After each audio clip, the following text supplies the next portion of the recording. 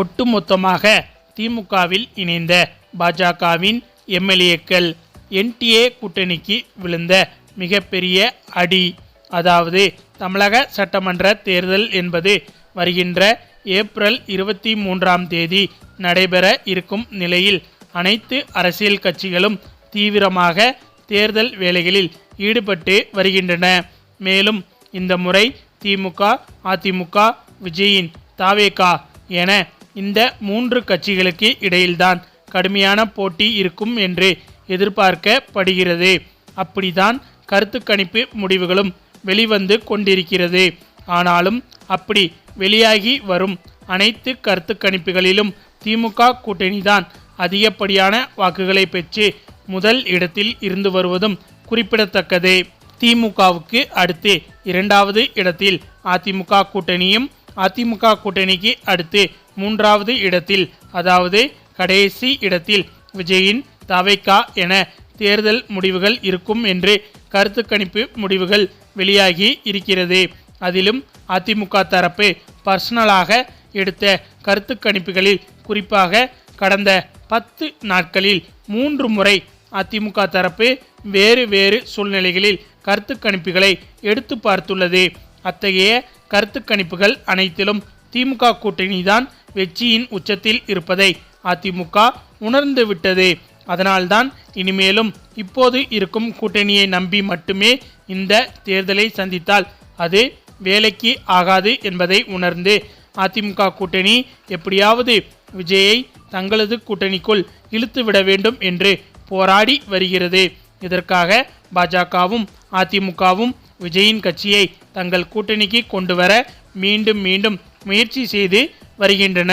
விஜயின் கட்சி, அதிமுக தரப்பு, பாஜக தரப்பு என இந்த 3 தரப்புகளிலும் ரகசியமாக இந்த கூட்டணி குறித்த பேச்சுவார்த்தை தொடர்ச்சியாகவே நடந்து வருகிறது. குறிப்பாக ஆந்திராவில் இதற்கான பேச்சுவார்த்தை என்பது அடிக்கடி நடந்து வருவதும் குறிப்பிடத்தக்கது. ஆனால் இங்குள்ள பாஜக தலைவர்கள் அப்படி எதுவும் நடக்கவே இல்லை என்பது போல திட்டவட்டமாக நம்பும்படியாக கூறி வருகின்றனர். அதாவது அதிமுக பாஜக கூட்டணி விஜயுடன் பேசி வருகிறது என்பது வெளியில் தெரிந்தால் இந்த பேச்சுவார்த்தையை எப்படியாவது தடுக்க வேண்டும் என்று எதிர்க்கட்சிகள் சில முயற்சிகளை கையில் எடுக்கும். எனவே அதுபோன்ற எந்த தடங்கல்களும் வரக்கூடாது என்பதற்காகத்தான் விஜய் கட்சியுடனான கூட்டணி குறித்து எந்த பேச்சுவார்த்தையும் நடக்கவில்லை என்று தமிழக பாஜக நிர்வாகிகளும் தலைவர்களும் கூறி வருகின்றனர். ஆனால் உண்மை நிலவரம் என்னவென்றால் பாஜகவும் அதிமுகவும் விஜயை தங்கள் கூட்டணிக்குள் கொண்டு வர மீண்டும் மீண்டும் முயற்சி செய்து கொண்டே வருகிறார்கள். அதிலும் குறிப்பாக விஜயின் தரப்பில் துணை முதல்வர் பதவியும் 80 முதல் 120 தொகுதிகளையும் விஜய் கேட்டு இருக்கிறார். ஆனால் அவ்வளவு தொகுதிகளை கொடுக்கவா என்று அதிமுக யோசித்து வருகிறது.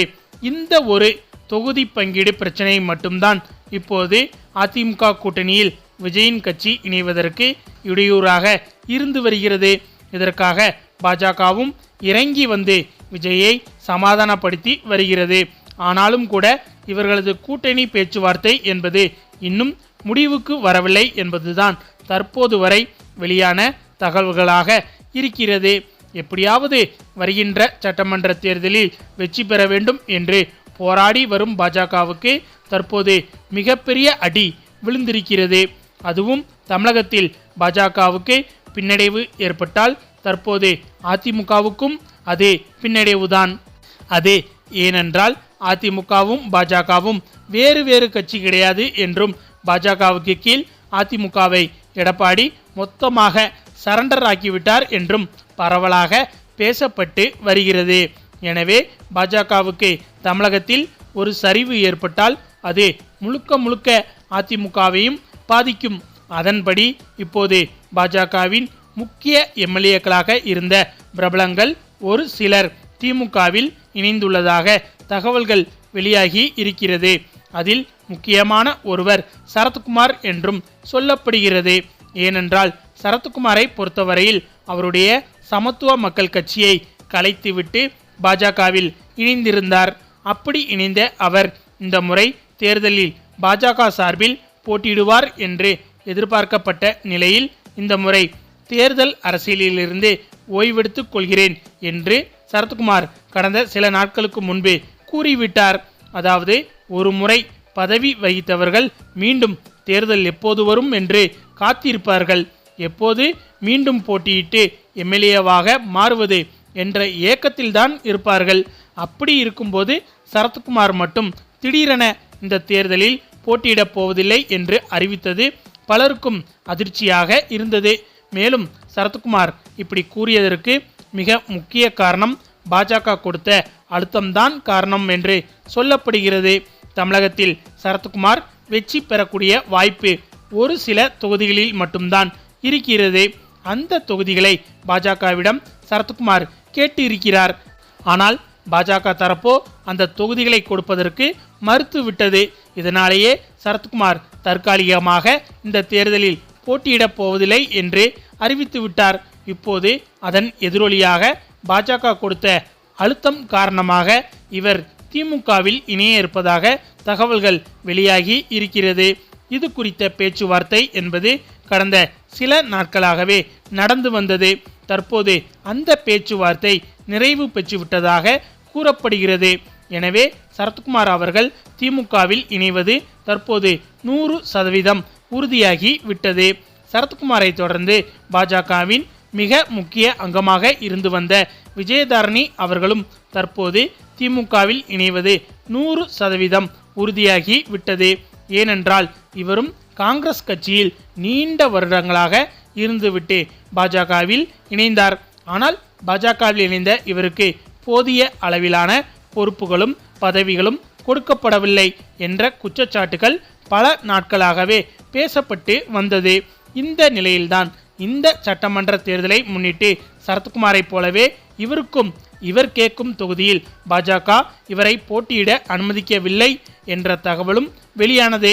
எனவேதான் இந்த ஒரு விஷயத்தில் அதிருப்தியடைந்த விஜயதாரணி அவர்களும் திமுகவில் இணைவதற்கான பேச்சுவார்த்தையை நடத்தி வந்த நிலையில் அது தற்போது 100% உறுதியாகிவிட்டது என்ற தகவல்களும் வெளியாகி இருக்கிறது. இவரை தொடர்ந்து அடுத்ததாக பார்த்தால் நடிகை குஷ்புவும் பாஜகவில் முக்கிய அங்கமாக இருந்து வந்தார். இவருக்கும் பாஜகவில் போதிய மதிப்பும் மரியாதையும் கிடைக்கவில்லை என்ற வருத்தம் இவருக்கும் நீண்ட நாட்களாகவே இருந்து வந்தது. இதனால்தான் இவரும் தற்போது பாஜகவிலிருந்து விலகி திமுகவில் இணைய முடிவெடுத்திருப்பதாக தகவல்கள் வெளியாகி இருக்கிறது. ஓகே ஃப்ரெண்ட்ஸ், பாஜகவிலிருந்து சரத்குமார், விஜயதாரணி, குஷ்பு உள்ளிட்டவர்கள் திமுகவில் இணைவது திமுகவுக்கு மேலும் பலமாக மாறுமா இல்லையா என்பது பற்றி உங்களுடைய கருத்துக்களையும் மறக்காமல் கமெண்ட்ல சொல்லுங்க. மேலும் இந்த வீடியோ பிடிச்சிருந்தா லைக் பண்ணுங்க, ஷேர் பண்ணுங்க, நம்ம சேனலை மறக்காம சப்ஸ்கிரைப் பண்ணுங்க. தேங்க்ஸ் ஃபார் வாட்சிங்.